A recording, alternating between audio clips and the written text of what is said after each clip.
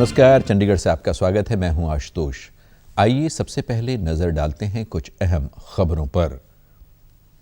प्रधानमंत्री नरेंद्र मोदी ने मेघालय के शिलांग में 2450 करोड़ रुपए की कई विकास परियोजनाओं का उद्घाटन और शिलान्यास किया। कनाडा के मॉन्ट्रियल में आयोजित जैव विविधता सम्मेलन में भारत ने कहा, आज पारिस्थितिकी तंत्र और वैश्विक जैव विविधता के नुकसान को रोकना आवश्यक। और केंद्रीय खेल मंत्री ने साई बहालगढ़ में रखी देश के पहले तीरंदाजी के उच्च प्रदर्शन केंद्र की आधारशिला। कहा, देश भर में खोले जाएंगे 1000 खेलो केंद्र। अब समाचार विस्तार से। पूर्वोत्तर परिषद के स्वर्ण जयंती समारोह में शामिल होने प्रधानमंत्री नरेंद्र मोदी आज सुबह मेघालय और त्रिपुरा दौरे पर शिलांग पहुंचे। इस दौरान प्रधानमंत्री ने शिलांग में 2450 करोड़ रुपए से अधिक की कई परियोजनाओं का उद्घाटन किया और कुछ की आधारशिला रखी।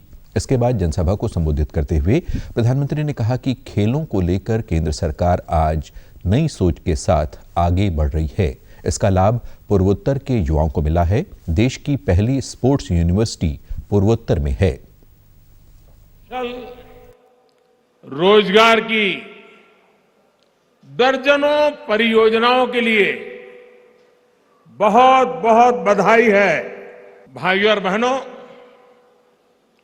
ये संयोग ही है कि आज जब फुटबॉल वर्ल्ड कप का फाइनल हो रहा है, तब मैं यहां फुटबॉल के मैदान में ही फुटबॉल प्रेमियों के बीच में हूं। उस तरफ फुटबॉल की स्पर्धा चल रही है और हम फुटबॉल के मैदान में विकास की स्पर्धा कर रहे हैं। प्रधानमंत्री ने कहा, फुटबॉल में अगर कोई खिलाड़ी खेल भावना से नहीं खेलता है तो उसे रेड कार्ड दिखाकर बाहर कर दिया जाता है। ऐसे ही पिछले 8 वर्षों में हमने पूर्वोत्तर के विकास के रास्ते में अनेक रुकावटों को रेड कार्ड दिखा दिया। पीएम मोदी ने विपक्ष पर निशाना साधते हुए कहा कि 2014 से पहले यहां योजनाओं के लिए सिर्फ फीते काटे जाते रहे। पूर्वोत्तर के विकास पर 7 लाख करोड़ रुपए खर्च हुए हैं। पिछली सरकार की सोच विभाजन की थी, लेकिन अब विवादों का बॉर्डर नहीं, विकास का कॉरिडोर है। वहीं केंद्रीय गृह मंत्री अमित शाह ने भी उत्तर पूर्व परिषद के स्वर्ण जयंती समारोह को संबोधित किया। उन्होंने कहा कि अब हर 15 दिन में एक मंत्री नॉर्थ ईस्ट का दौरा करते हैं और नरेंद्र मोदी ने पीएम बनने के बाद 50 से ज्यादा बार इस क्षेत्र का दौरा किया है। 8 साल पहले का उत्तर पूर्व और आज का उत्तर पूर्व, मोदी जी के प्रधानमंत्री बनने के पहले का उत्तर पूर्व और आज का उत्तर पूर्व,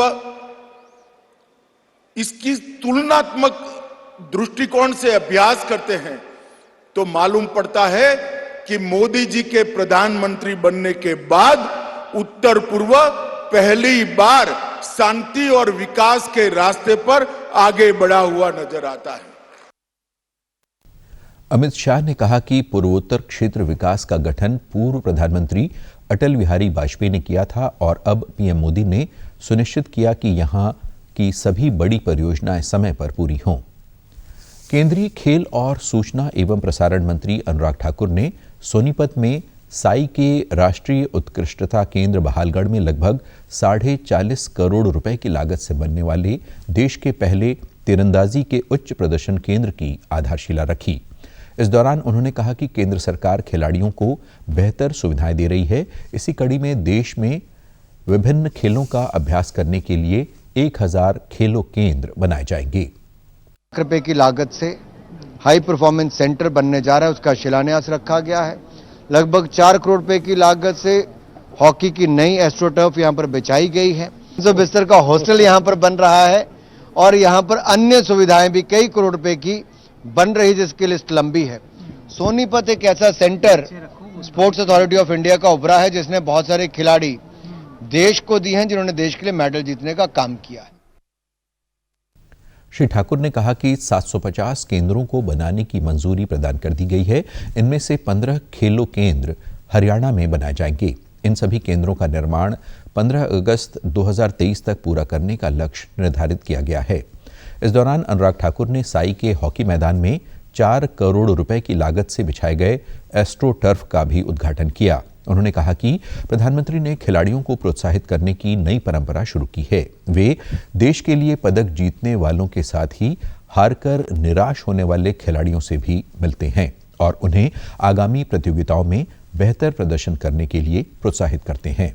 उधर केंद्रीय खेल मंत्री ने पटियाला में साई के Netaji Subhash national institute of sports NIS का दौरा किया। इस दौरान उन्होंने 26 करोड़ 77 लाख रुपए की लागत से तैयार 300 बिस्तरों वाले नए हॉस्टल का शुभारंभ किया। केंद्रीय पर्यावरण, वन और जलवायु परिवर्तन मंत्री भूपेंद्र यादव ने कनाडा के मॉन्ट्रियल में आयोजित जैव विविधता पर पक्षकारों के सम्मेलन को संबोधित किया। इस दौरान उन्होंने कहा कि सामाजिक आर्थिक विकास और लोगों की भलाई के लिए पारिस्थितिकी तंत्र और वैश्विक जैव विविधता के नुकसान को रोकना आवश्यक है। भारत अपनी समृद्ध जैव विविधता को बहाल करने की दिशा में काम कर रहा है। उन्होंने इस बात पर जोर दिया कि जहां वैश्विक जैव विविधता ढांचे में निर्धारित लक्ष्य महत्वाकांक्षी होने चाहिए, वहीं ये यथार्थवादी और व्यवहारिक भी होने चाहिए। उन्होंने दोहराया कि विकासशील देशों के लिए कृषि एक सर्वोपरि आर्थिक स्रोत है और इन क्षेत्रों को प्रदान किए गए महत्वपूर्ण समर्थन को पुनर्निर्देशित नहीं किया जा सकता। उन्होंने कहा कि खाद्य सुरक्षा विकासशील देशों की सबसे मुख्य जरूरत है, जो राष्ट्रीय हालात और जरूरतों के हिसाब से तय होनी चाहिए।